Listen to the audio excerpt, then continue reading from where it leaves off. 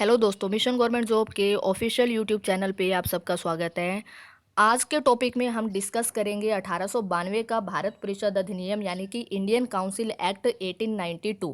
अब तक टोटल हम मॉडर्न हिस्ट्री के अंदर कवर कर रहे हैं इंडियन फ्रीडम स्ट्रगल, जिसके अंदर 7 लेक्चर्स अपलोड हो चुके हैं, जिसमें 1857 की क्रांति, 1858 का भारत शासन अधिनियम, 1861 का भारत परिषद अधिनियम और उसके बाद मैंने कांग्रेस की सारी डिटेल आप लोगों को बताई थी।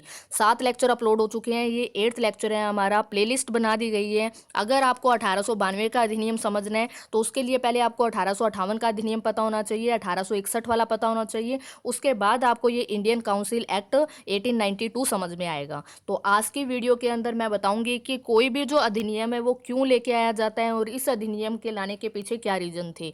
अब देखिए, जो हमारा देश किसके कंट्रोल में है, 1858 का जो अधिनियम आया था उसके द्वारा क्या डिसाइड किया गया था कि देश किसके कंट्रोल में रहेगा। अब कंपनी का शासन खत्म हो गया, ब्रिटिश क्राउन जो है उसके कंट्रोल में हमारा देश है, यानी कि ब्रिटिश सत्ता हमारे भारत के ऊपर राज कर रही है।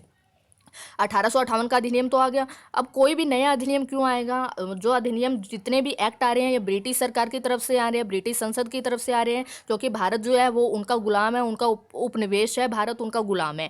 तो कोई भी जो नया एक्ट आएगा वो किस लिए आएगा? पहले वाले एक्ट की कमियों को दूर करने के लिए, या कहीं ना कहीं भारत की जनता को थोड़ा बहुत खुश करने के लिए जो ब्रिटिश सरकार है वो नई नई एक्ट लेके आती है। और अब तक उन्होंने बहुत सारे एक्ट लेके आई थी। जैसे पहले कंपनी का शासन था, उसको कंट्रोल में करने के लिए 1773 का रेगुलेटिंग एक्ट लेके आई थी। उसके बाद थोड़ा और कंट्रोल करने के लिए 1784 का पिट्स इंडिया एक्ट लेके आई थी। 1813 का चार्टर एक्ट आया था, 1833 का चार्टर एक्ट आया था, 1853 का चार्टर एक्ट आया था। उसके बाद क्या हुआ था, बहुत सालों का जो गुस्सा था वो 1857 की क्रांति के रूप में लोगों के मन से बाहर निकला। और 1857 की क्रांति के बाद भारतीयों में जो राष्ट्र प्रेम की भावना है ना, उसका लगातार विकास हो रहा था, जिसके परिणाम स्वरूप जो ब्रिटिश प्रशासन है, भारतीय क्या चाहते थे कि हमारा देश है, हमारे देश के अंदर क्या कानून बनाए जा रहे हैं, क्या नियम बनाए जा रहे हैं, उसका कम से कम हमें तो पता होना चाहिए। भले ही भारत ब्रिटिश सरकार के कंट्रोल में है, लेकिन उन्होंने ये बोला था कम से कम हमें इतना तो पता होना चाहिए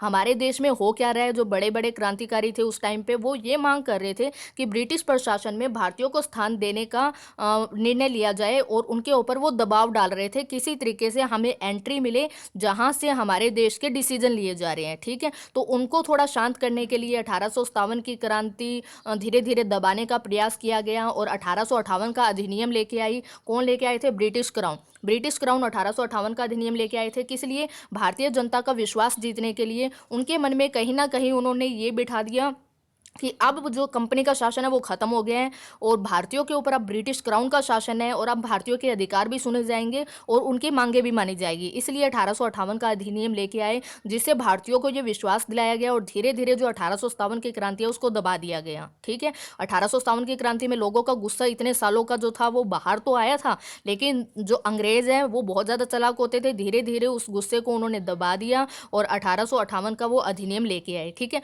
उसके बाद क्या था, भारतीयों की ये भी मांग थी कि प्रशासन के अंदर हमें देखने के लिए कम से कम ये अधिकार मिले, हमें एंट्री मिले, ताकि हम भारत के प्रशासन को देख पाएं। तो 1861 का भारत परिषद अधिनियम यानी इंडियन काउंसिल एक्ट 1861 लेके आया गया। लेकिन इससे भी भारतीय संतुष्ट नहीं थे। क्यों संतुष्ट नहीं थे? क्योंकि इसके अंदर जो वायसराय थी, वायसराय की 2 परिषद हुआ करती थी, मैंने आपको बताया था। एक थी आपकी एग्जीक्यूटिव और एक थी लेजिस्लेटिव। जो एग्जीक्यूटिव थी उसमें कितने मेंबर थे? 5 मेंबर थे। और जो लेजिस्लेटिव थी 1861 के अधिनियम के द्वारा जो लेजिस्लेटिव काउंसिल बनाई गई थी उसमें मिनिमम 6 और मैक्सिमम 12 सदस्यों को अपॉइंट करने का अधिकार दिया गया था। किसको दिया गया था? वायसराय को दिया गया था। ठीक है, और इसके अंदर जो आधे होंगे वो कौन होंगे? भारतीय होंगे। लेकिन इससे भी भारतीय संतुष्ट नहीं थे। क्यों संतुष्ट नहीं थे वो कारण मैं अभी आगे आपको बताऊंगी। ठीक है, अब नेक्स्ट समझिए यहाँ पे कांग्रेस की स्थापना किसने करी थी? कांग्रेस की स्थापना अंग्रेजों ने करी थी।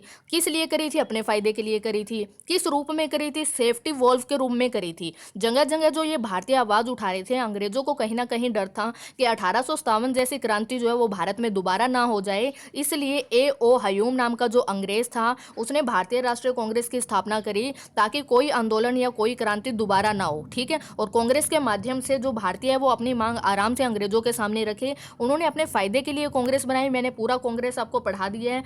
उसके बाद 1885 से 1891 तक कांग्रेस एक बहुत बड़े राजनीतिक संगठन के रूप में पूरे भारत में फैल गई थी। कांग्रेस के पहले अधिवेशन में सिर्फ 72 लोगों ने भाग लिया था, लेकिन कांग्रेस ने अलग अलग धर्मों के लोगों को अध्यक्ष बनाया, अलग अलग जगहों पर सम्मेलन किए थे, जिससे ये पूरे भारत में फैल गई और सभी धर्मों को यानी पूरे भारत को लगने लगा कि कांग्रेस के द्वारा हम अंग्रेजों से आज़ादी ले सकते हैं। इसने संवैधानिक सुधारों की मांग की, यानी धीरे धीरे कांग्रेस के थ्रू लोगों की मांगें बढ़ने लगी। 1861 से भारतीय संतुष्ट नहीं थे। उनका ये मानना था कि प्रशासन के अंदर हमें बोलने का अधिकार दिया जाए या हमें क्वेश्चन पूछने का अधिकार दिया जाए। पहले क्या था, 1861 के अधिनियम द्वारा भारतीयों को एंट्री तो मिली थी, लेकिन उन्हें सिर्फ वहाँ पे नाम मात्र की एंट्री मिली थी, यानी सिर्फ बैठा दिया जाता था, वो कुछ भी नहीं बोल पाते थे। तो वो संवैधानिक सुधारों की मांग कर रहे थे, जिसके फलस्वरूप ब्रिटिश संसद जो क्या लेके आई थी, 1892 का भारत परिषद अधिनियम पास किया था। ठीक है, नेक्स्ट समझिए यहाँ पे, इस अधिनियम में भारतीयों की मांगों को पूर्ण करने के लिए, यह अधिनियम भारतीयों की मांगों को पूरा करने के लिए लेके आए थे। और इसी के दौरान राष्ट्रीयवादियों ने एक नारा दिया था कि अगर प्रतिनिधित्व नहीं है तो कर भी नहीं है, यानी कि अगर हमें बोलने का मौका नहीं दिया जाएगा, हमारी सीटें नहीं बढ़ाई जाएगी, हमारा देश है, चला तुम लोग रहे हो, कम से कम हमें बोलने का अधिकार तो मिलना चाहिए, क्वेश्चन पूछने का अधिकार मिलना चाहिए, हमारे ज़्यादा से ज़्यादा भारतीय जो है वो काउंसिल के मेंबर होने चाहिए। क्योंकि ब्रिटिश जो आज ब्रिटिश हो गया, ब्रिटेन हो गया, अमेरिका हो गया, जो आज बहुत ज़्यादा पावरफुल कंट्री या धनी देशों में गिने जाते हैं, एक टाइम था उनको कुछ भी नहीं पता था, वो धीरे धीरे भारत में आए, भारत के लोगों को लूटना शुरू किया और भारत जो सोने की चिड़िया थी उसको लूट लूट के उन्होंने कंगाल बना दिया और अपने देशों को उन्होंने भर लिया, जो आज एक पावरफुल कंट्री के रूप में गिना जाता है। एक टाइम था कि उनके पास कुछ भी नहीं था, आज जो भी वो इतने ज़्यादा पावरफुल बने हैं, ये सारा कुछ भारतीयों की ही देन है। तो 1861, अब ये अधिनियम, एक नोट आपको याद रखना है, 1861 में भारतीयों को भागीदारी दी गई थी। मैंने आपको बताया था कि जो वायसराय था उसकी परिषद, जो हमारी एग्जीक्यूटिव थी और लेजिस्लेटिव थी, लेजिस्लेटिव जो काउंसिल थी उसमें मिनिमम 6 मेंबर और मैक्सिमम 12 मेंबर चुनने का अधिकार दिया गया था वायसराय को। अगर वो 6 मेंबर चुनता है तो उसमें 3 भारतीय होंगे। अगर 3 भारतीयों को स्थान तो मिल गया वहाँ पे, लेकिन उनको कुछ भी बोलने का अधिकार नहीं दिया गया, वो सिर्फ वहाँ पे बैठे रह सकते हैं। ठीक है, ना तो उनको बोलने, ना ही उनको प्रश्न पूछने का अधिकार दिया गया था। और भारतीयों की मांगे भी यही थी कि उनको प्रश्न पूछने का अधिकार दिया जाए। इसके लिए क्या लेके आए, 1858 का भारतीय परिषद अधिनियम। अब पहला पॉइंट क्या था इसमें, भारतीयों की भागीदारी और ज़्यादा बढ़ाने के लिए वायसराय की जो परिषद थी, ठीक है, याद रखना है, 2 परिषद होती है, एक होती है एग्जीक्यूटिव और एक होती है लेजिस्लेटिव। एग्जीक्यूटिव काउंसिल के अंदर टोटल मेंबर कितने थे, 5, ये तो वैसे के वैसे, इसमें कुछ चेंज नहीं किया गया। जो लेजिस्लेटिव थी उसके अंदर 6 मिनिमम और मैक्सिमम 12 थे, इसको बढ़ाया गया था, जिसके अंदर मिनिमम 10 सदस्य और मैक्सिमम 16 सदस्य कर दिए। ठीक है, और ये चुनने का अधिकार वायसराय के पास था, वायसराय जिसे चाहे वो चुन सकते थे, लेकिन इसके अंदर भारतीय भी होंगे। ठीक है, नेक्स्ट समझिए, यहाँ पे पहला पॉइंट यही याद रखना है कि जो वायसराय की लेजिस्लेटिव काउंसिल थी, एक कानून बनाती है और दूसरी उसे लागू करती है। केंद्रीय परिषद का काम था वायसराय की कानून बनाने में मदद करना। ठीक है, और एग्जीक्यूटिव काउंसिल का काम क्या था, उन कानूनों को लागू करना। तो जो हमारी लेजिस्लेटिव काउंसिल थी उसका विस्तार किया गया, मिनिमम 10 और मैक्सिमम 16 सदस्य यहाँ पे रखे गए और इनके अंदर भारतीयों को भी स्थान मिला। ठीक है, स्थान तो पहले भी मिला हुआ था। नेक्स्ट हमारे पास इसमें क्या डिसीजन लिया गया, पहली बार भारतीयों को बजट पर बहस करने का अधिकार दिया गया। जो भारत के लिए जो बजट आता था, पहले क्या होता था, भारतीय बैठे रहते थे 1861 के बाद, लेकिन उन्हें कोई भी बहस करने का अधिकार नहीं होता था। मतलब क्या था, यहाँ पे सिर्फ उनको प्रश्न पूछने का अधिकार दिया गया, लेकिन वो क्रैश क्वेश्चन नहीं कर सकते थे, यानी कहीं ना कहीं ये अधिकार मिल गया। पहले तो सिर्फ बैठे रहते थे, अब वो कम से कम क्वेश्चन पूछ सकते हैं, लेकिन ऐसा नहीं है कि वो पूरा क्वेश्चन यानी क्रैश क्वेश्चन करेंगे, यानी कि उनके मेंबर ने कुछ और बोला और हमें वो बात अच्छी नहीं लगी तो हम क्रैश क्वेश्चन कर सकते हैं, ऐसा नहीं होगा। वो अपने ही बातों को ऊपर रखेंगे, लेकिन हम सिर्फ उनसे क्वेश्चन पूछ सकते हैं कि ऐसा क्यों हुआ। ठीक है, बस इतना ही राइट इसमें दिया गया था।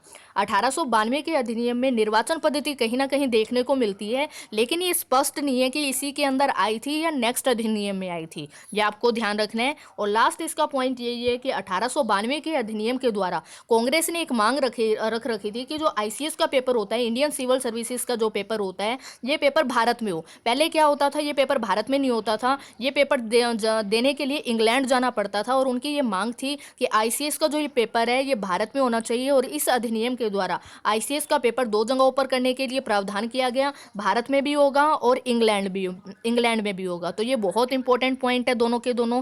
पहला पॉइंट क्या था, याद रखना है जो वायसराय की परिषद थी, लेजिस्लेटिव काउंसिल थी, उसका और ज़्यादा विस्तार किया गया था। मिनिमम कितने मेंबर रख सकता है वो लेजिस्लेटिव काउंसिल के अंदर? मिनिमम 10 और मैक्सिमम 16। इसमें भारतीयों को भी पार्टिसिपेशन दिया गया। भारतीयों को अधिकार तो पहले ही दिए गए थे, लेकिन इसमें बोलने का अधिकार नहीं था। बोलने का अधिकार उन्हें कब मिला था? याद रखना है ये 1892 के इंडियन काउंसिल एक्ट के द्वारा भारतीयों को बजट के ऊपर बहस करने का अधिकार दिया गया था, लेकिन वो क्रैश क्वेश्चन नहीं कर सकते। ये अधिकार उनको आगे मिलेगा। ठीक है, नेक्स्ट पॉइंट, ये जो पॉइंट है इसके ऊपर डाउटफुल रहता है ये कि निर्वाचन पद्धति इसमें देखने को मिलती है, लेकिन ये कहीं भी स्पष्ट नहीं है। और आईसीएस का जो पेपर है, इंडियन सिविल सर्विसेज का जो पेपर है, वो भारत में भी कराने का निर्णय जो है वो किस अधिनियम द्वारा लिया गया? तो 1892 के अधिनियम द्वारा लिया गया। आ गया समझ में? तो ये हमारी आज की वीडियो थी। अगर आपको वीडियो पसंद आई है तो वीडियो को शेयर जरूर कर देना। 8 लेक्चर हो चुके हैं। अगर आप लोग चाहो तो सारे के सारे लेक्चर सुन सकते हो, आपको कोई भी प्रॉब्लम नहीं आएगी।